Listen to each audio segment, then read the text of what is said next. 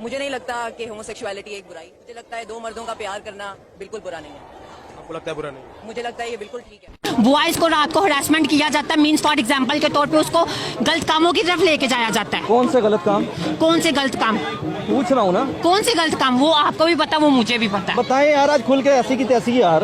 میں نہیں ڈرتا، میں کیوں ڈروں؟ میرا جسم ہے، میری مرضی ہے. کیا پاکستان میں آپ یہ سمجھتے ہیں کہ ہومو سیکشولیٹی جو ہے اس کو لیگلائز کرنا چاہیے؟ لیگلائز کر دینا چاہیے. ہم لوگ 21 سینچری میں رہتے ہیں. یہ لڑکی سے لڑکا لڑکے سے پیار کر سکتا ہے؟ کر سکتا ہے. قائد اعظم نے ایک سیکولر اسٹیٹ بنایا تھا. ایک سیکولر اسٹیٹ ایسا اسٹیٹ ہوتا ہے جس کے اندر دو انسان اپنی کنسرن کے ساتھ کچھ بھی کر سکتے ہیں. لڑکی لڑکی سے نکاح کرنا چاہتی ہے، لڑکا لڑکے سے نکاح کے بغیر تعلقات کرنا چاہتا ہے، تو یہ سب ہو سکتا ہے. ہو سکتا ہے.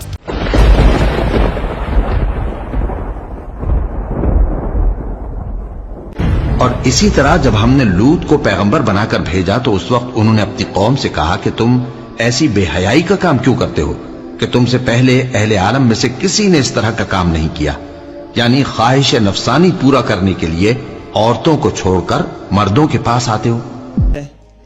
اچھی بات تھی، پاکستان میں قانون موجود تھا کہ یہ جو ہم جنس پرست ہیں یہ ایک دوسرے کے ساتھ گندی حرکتیں نہیں کر سکتے، ان کی شادی نہیں ہو سکتی، یہ آپس میں جنس پرستی نہیں کر سکتے، یہ آپس میں تعلق قائم نہیں کر سکتے. یہ قانون شرم آنی چاہیے ہمیں. بنا کر کون گیا تھا؟ انگریز بنا کر گیا تھا. 1860 کا یہ پینل کوڈ ہے. 1857 کی جنگ آزادی جو ہم نے ہار دی تھی، لاکھوں ہزاروں جانیں اس کے اندر گئی تھی. اس کے بعد وہ انگریز آیا یہاں پر، اس نے 1860 میں یہ قانون وضع کیا کہ اے مسلمانوں، اے ہندوستان کے رہنے والوں، ہیں تو ہم کرسچن، ہیں تو ہم کافر، لیکن یہ قانون ہم وہ بنا رہے ہیں جس کے اوپر ایک دن آئے گا کہ تمہیں بھی شرم آئے گی، تم اپنے اوپر تھوکو گے. یہ قانون انگریز نے بنایا تھا کہ کوئی سیم سیکس میرج نہیں ہو سکتی، کوئی ہم جنس پرستی نہیں ہو سکتی. انگریز نے بنایا تھا. اور آج کے مسلمان لا الہ الا اللہ محمد رسول اللہ کہنے والے، پاکستان کا مطلب کیا؟ لا الہ الا اللہ کے نام پر ملک بنانے والے، اسلامی جمہوریہ پاکستان کی اسمبلی میں بیٹھنے والے، انہوں نے یہ جرت کی ہے 2018 میں کہ یہ پاکستان کا پینل کوڈ، یہ شک نمبر 377 کینسل ہو چکی ہے. اور کینسل کس نے کی ہے؟ اس ایکٹ نے کی ہے. یہ ٹرانسجینڈر رائٹس ایکٹ 2018 نے یہ 1860 کی بنی ہوئی یہ شک، یہ سزا کینسل کر دی ہے، کیونکہ اس کے اندر سیم سیکس میرج الاؤ ہو چکی ہے. کوئی بھی مرد عورت بن کر مرد کے ساتھ شادی کر سکتا ہے، کوئی بھی عورت مرد لکھوا کر دوسری عورت کے ساتھ شادی کر سکتی ہے. تمام حقوق اس کو حاصل ہوں گے. تمام میاں بیوی کے جو حقوق اسلام میں اور جو میاں بیوی کے حقوق قانون میں موجود ہیں، وراثت کے، حقائق کے، لین دین کے، حق مہر کے، بچوں کے، سب اس کے اوپر لاگو ہوں گے. اس کو تمام حقوق ملیں گے. اور نہ صرف ملیں گے بلکہ اس قانون کے تحت اس سے متصادم پاکستان کے اندر جتنے قوانین ہیں سب کینسل تصور کیے جائیں گے. یعنی کہ یہ جو ٹرانسجینڈر رائٹس ایکٹ ہے 2018 کا، اس کی جو کلاز نمبر 19 ہے، اس میں لکھا ہوا ہے this act shall have an overriding effect on any other law. کوئی بھی ایسا قانون بنا ہوا ہے جو ہم جنس پرستی کو روکتا ہے، جو اس غلاظت کو روکتا ہے، جو اس کو منع کرتا ہے، وہ تمام قوانین اس نے کینسل کر دیے ہیں. اب جو چاہے گندگی کرتا پھرے، غلاظت پھیلاتا پھرے، فحاشی پھیلاتا پھرے.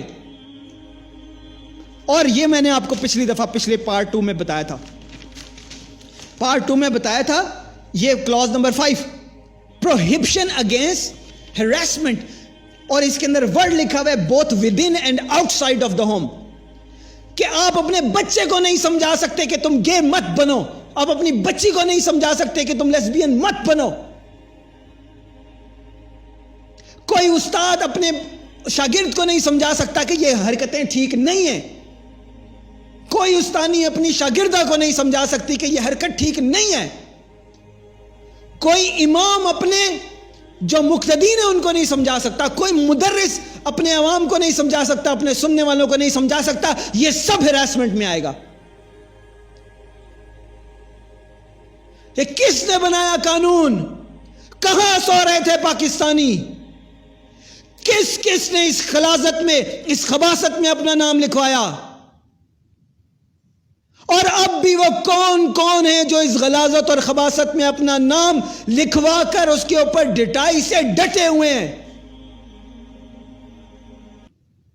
کہاں ہے وہ پاکستانی قوم؟